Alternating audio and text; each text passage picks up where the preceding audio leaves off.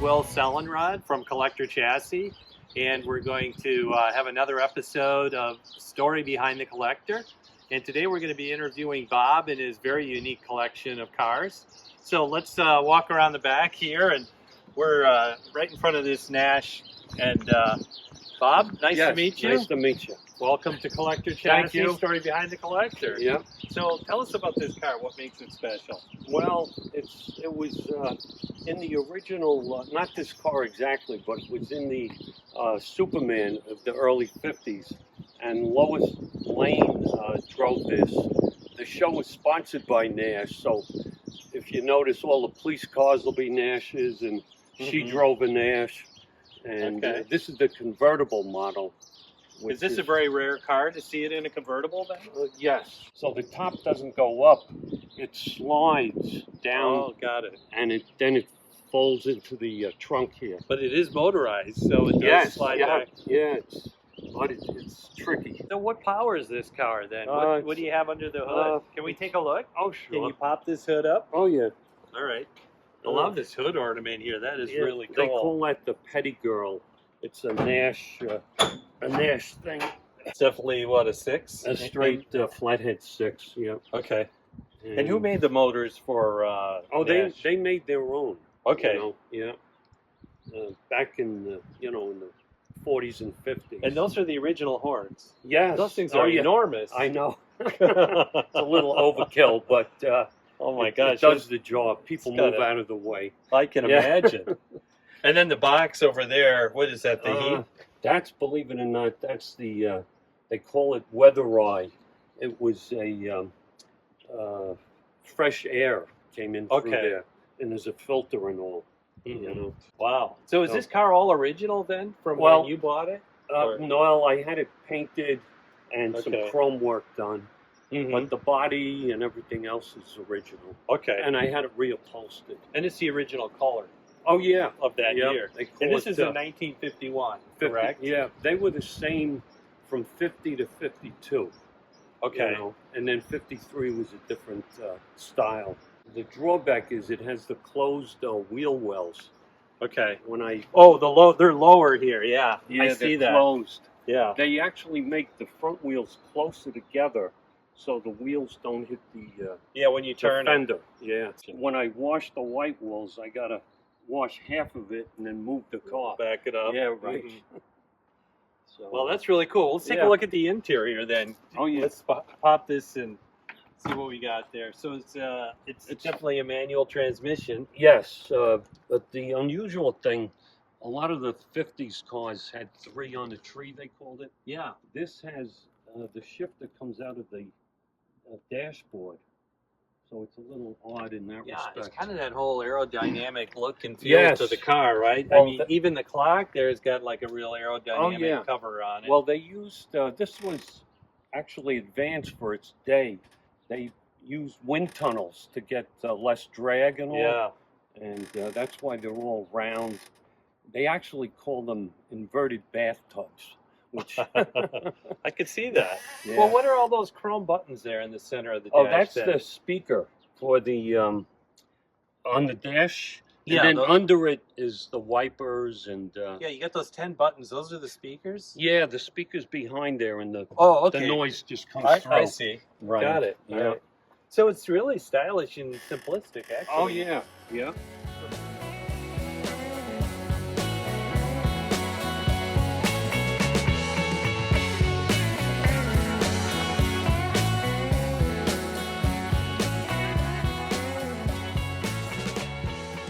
We have another Nash. So this is a 1949, correct? Right. Yes. See, I looked at the license plate this time before I mentioned it. Right. So I got it right. So what's the difference between this one? Now that one over there is newer, right? Yeah, but they called them air flights.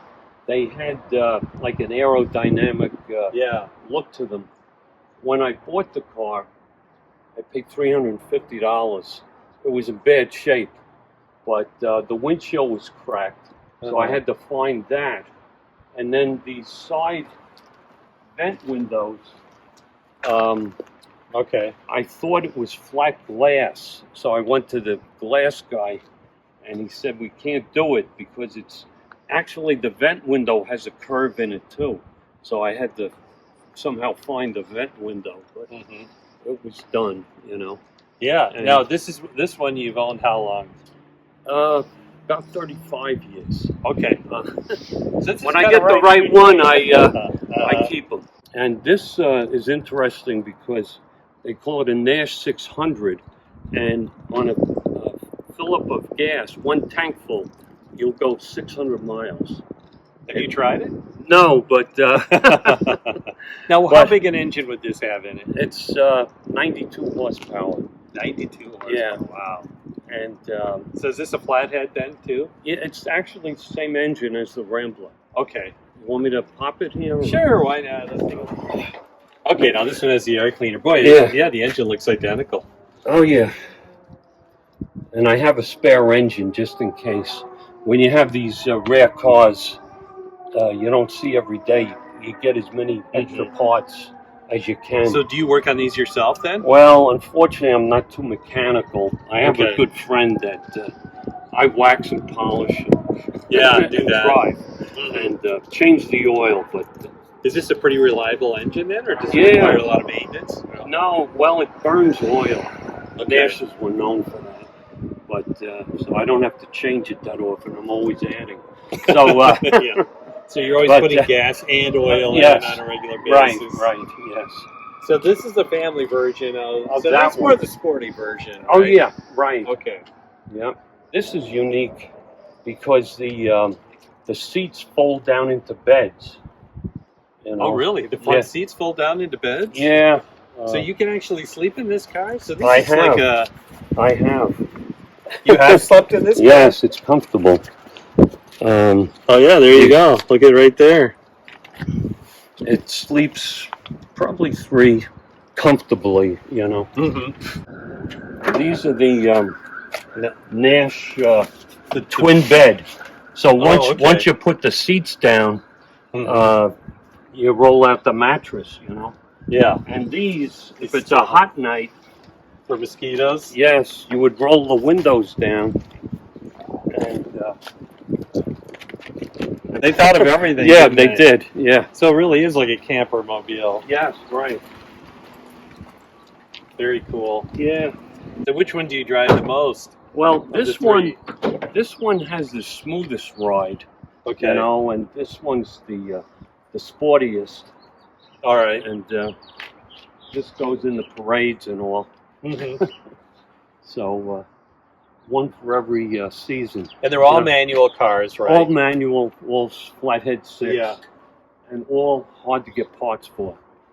I'll bet. That's what Yeah. you So know what it you're, is. There's not enough of the cars to make reproductions. It wouldn't be worthwhile, I guess. So Yeah. I have extra fenders and starters and whatever, you know. I'll bet. Yeah. Yeah. So your garage is to be like a parts store. Oh, it is. You'll see. Yeah.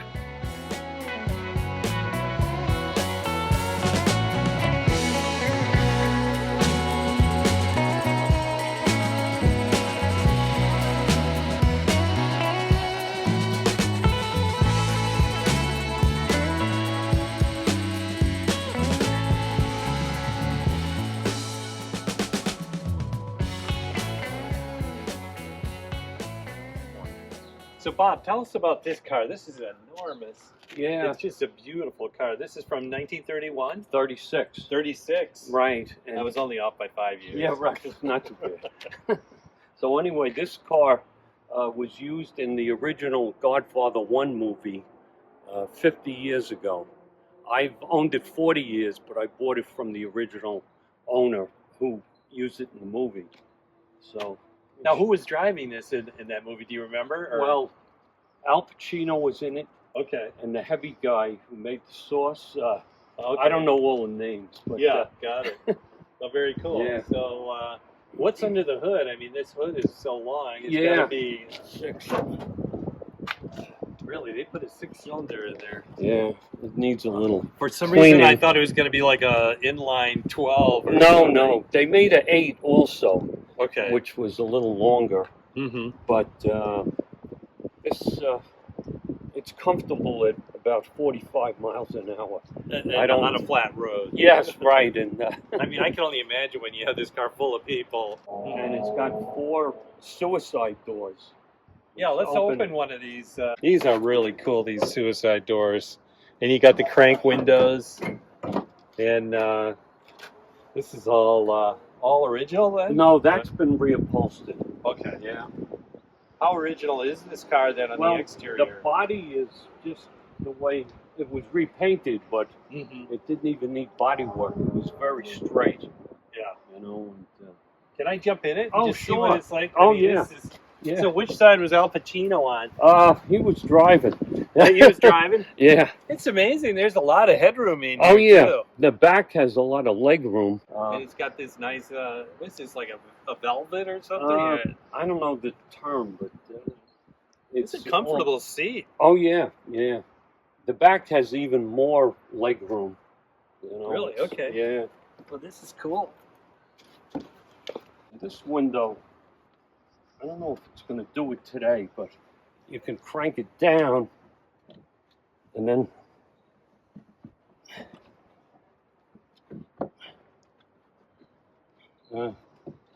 it actually goes. Oh, it's a two-way. Goes out too.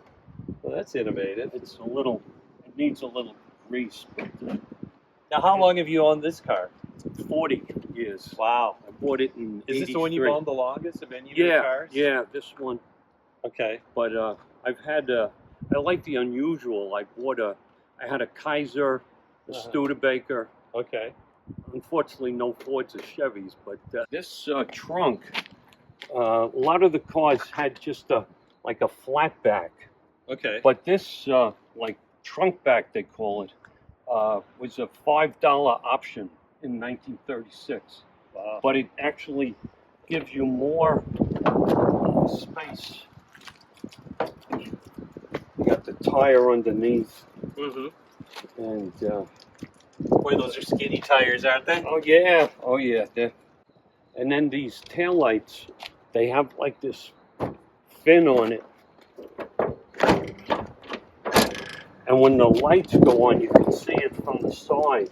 The light actually goes into the fin too. Oh, got it. So Okay. if you're coming from the side, you would see it. Yeah, that's beautiful.